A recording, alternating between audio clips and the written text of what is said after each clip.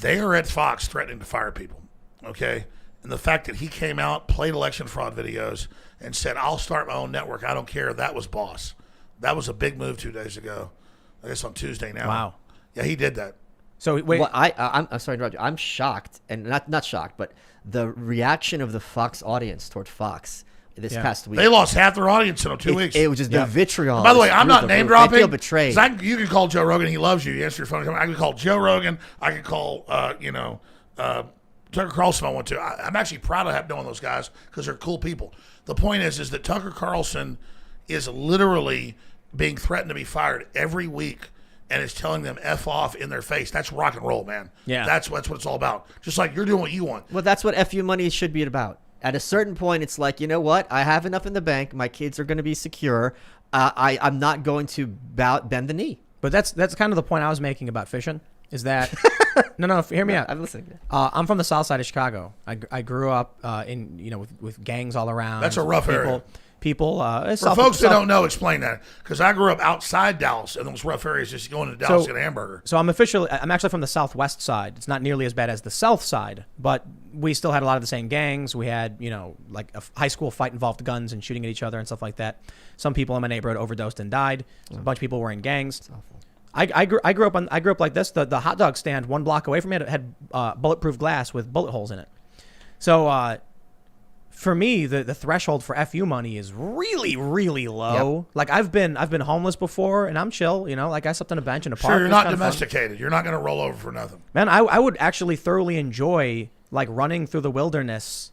Just kind of like doing my own thing with the dog and like hunting for food. And I've been to the beyond the bottom. Well, that is human freedom to be totally right. I agree. That's why I'm saying like. But that's what people need to get into. It's also, is stop giving into fear and just say, look, I'm not going to bow down to your BS. I remember when I graduated college, and a friend of mine, I was a Bucknell student, biggest mistake of my life, or one of the biggest. I'm a high school dropout. We know. And a friend of mine, she basically signed up for this corporate gig making $50,000 a year, which is no joke. But it's the kind of thing, the Faustian bargain is you sell your soul and you become like the best violinist on earth. You're 22. This is your chance to be a little hungry. This is your chance to not sleep and try to be a stand-up comedian. Yeah, no, they buy you. They buy you. And it's like you're selling your soul. Because the system $50,000 knows. a year. You don't have it's not like you have kids to look out for, like a husband who's struggling. It's like that's your self-worth. By the way, that's why they buy up all the smartest people. You know this. Yes. Is because they want to control that future Of course, random yes. wild son they call bad son. But the college system in this country creates people who can't produce. Correct. And so you get a bunch of unproductive individuals. They don't have the work ethic. They have and a sense of entitlement, and they have a piece of paper proving that they're smarter and better than you. What they want But then to get ahead, they buy into the political system believing, I've got to get a political power. They don't have a job. Because that's the only way they're going to get that high status. These are people who They spend can't compete otherwise. their entire lives being told what to do and when to do it. They're told when the food is. They're told where the food is. Yes. They pay. And you're right, dorms. you're right, Tim. They only believe in status. Like the left claims, modern left claims they're against status. They're the most status-oriented, 100%. strata-oriented, command and control cult members I've ever seen. Yes. And it goes back to the Woodrow Wilson days because they were like, it's noblesse oblige. We're the elite. We're the important people. And it's our job to bring civilization to you savages. It's domesticated imperialism. It goes back to the great white yes, burden. absolutely, yes. So White man's burden. there's a truth to reality in a sense that you don't need any of these status things, these papers to produce and be successful. And there's a lot of examples You of need skin in the game on the street. You just need to do stuff. And No, that's what I'm saying. That does it. That, right. Exactly. And fail a lot. But it's really funny. You know what I love more than anything is watching these people think that they're better, not understanding why. Like, look, I'm not trying to disrespect people who are struggling coming out of college, but to the people who are arrogant egotists who think they're smarter and better than everyone, who don't understand why it is they're struggling when they're supposed to be the ones who are better than you. Well, that's it. The arrogance of Harvard and Yale and people like that. And I'm like, did you ever work on a farm? Did you ever work at a hamburger place? Did you ever work at a hardware store? Did you ever take care of a dying person? No. It's also, did you ever take a risk? They never took a risk. That's it. They never lost. Yeah. It's like that song. I'm not a big Aerosmith fan, but it's true. To learn how to win, you got to learn how to lose. But it's not even just losing. It's that moment of fear when you don't know what's going to happen. When you're scared that I've got books that I'm turning one to a graphic novel 17 years ago. It couldn't go anywhere, but it was just like all that work for nothing. But it's not for nothing because I learned a lot from the process. Because it made you better. Yes. I remember having $10,000 in the bank that I'd worked for like a year to save, working multiple jobs like 26 years ago. I needed to buy the first Apple computer to edit video because I wanted to make films. And I wasn't a great filmmaker, but I was going to make these my things. It would take 5 minutes to render out 10 seconds. And I remember having like $10,000 in the bank and buying $9,000 for that computer. And the computer came and I did it. And then I made a film and made $1 million. But most people don't get that success right away. But that was so Americana to get that computer, not know how to use it, read the manual, be editing the video, shooting it myself, having it messing up, spending weeks just trying to load video into it. And then that was the best experience of my life. Like that frustration is like more intense now than all these computers and staff and buildings. And it's nothing compared to me in my house, like literally trying to program that computer. The most gratifying part of what I do is when I hear from young people who are like, you've given me the push to do these kind of things, because it sends chills up my spine, because I remember so vividly being in that position. So if I'm the guy who's, for any of them, being like, do it, don't listen to your folks, this is a chance. And this is what I tell them. Parents are wrong. Their parents are wrong. I go to, because my family still doesn't believe I pulled it off. Go to any bookstore, look at all those crappy, terrible books. That could be you. You could be that mediocre, terrible writer who doesn't deserve to have a book deal. And when you put in those terms, they don't have to be Tim Pool. They don't have to be Alex Jones.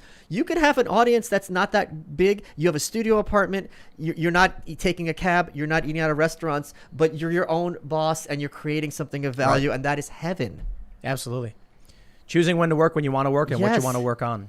And so, look, when I wake up and I make videos, it's not because I'm like, oh, no, I have to wake up again and do work. It's like I read the news and I'm like, whoa, and then I'm ranting everyone's ears off in the house already, and like walking up, did you hear what happened? No, we talk like almost 2 hours before we're on air. I'm like, Jesus, dude. Oh yeah, I never stop. I got some kind of problem, you know. The best podcast was you down there in your.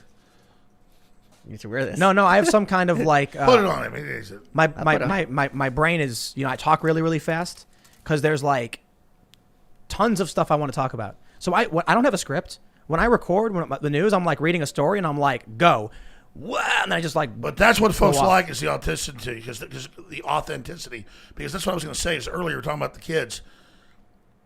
People are afraid to fail, and I know I'm stating basic truths here, but don't be afraid to fail, folks. Get involved, get engaged, get out there. That's what empowers you. And I'm stating overly simple things, but the globalists don't want people competing with them. They don't want you to become empowered. You talk about Sean Parker from Facebook. He came out and said, "We want to make you weak. We want to make you alone. We want to control you." He's saying, I think he said that. He said that? Yeah, he came out. We want to make you I'll tell you what the secret is. No, he said we want to exploit your weaknesses. He was exposing it like 5 years ago. Okay. He said, when I was there, we were trying to exploit your weaknesses. I see what you're saying. Gotcha. You should be aware of this. Yeah, okay. He was exposing it. He was exposing it. 3 secrets to success that you lost your hat. The hat. 3 secrets. You can do this for your kids. You want to teach them how to play chess. Oh, God. You want to teach them how to play a musical instrument, probably something that requires both hands. And how to kick ass. And skateboard. Oh, I agree. Please. Skateboarding. No, what you need to teach your kids is to be bilingual so that they think conceptually instead of being trapped by the prison of language. I agree, but they need some sport to feel confident. Well, so the reason I say skateboarding is that there's no cheating. And if you want to do it, you have to do it. One person. And you will you fail. only compete against so whenever yourself. I see the skate park and there's like some little kid about to drop in on like a quarter pipe, you know, like a vert ball, and they're scared, I say, don't worry, you are going to fall and get hurt. Yeah, it's a big deal. You are.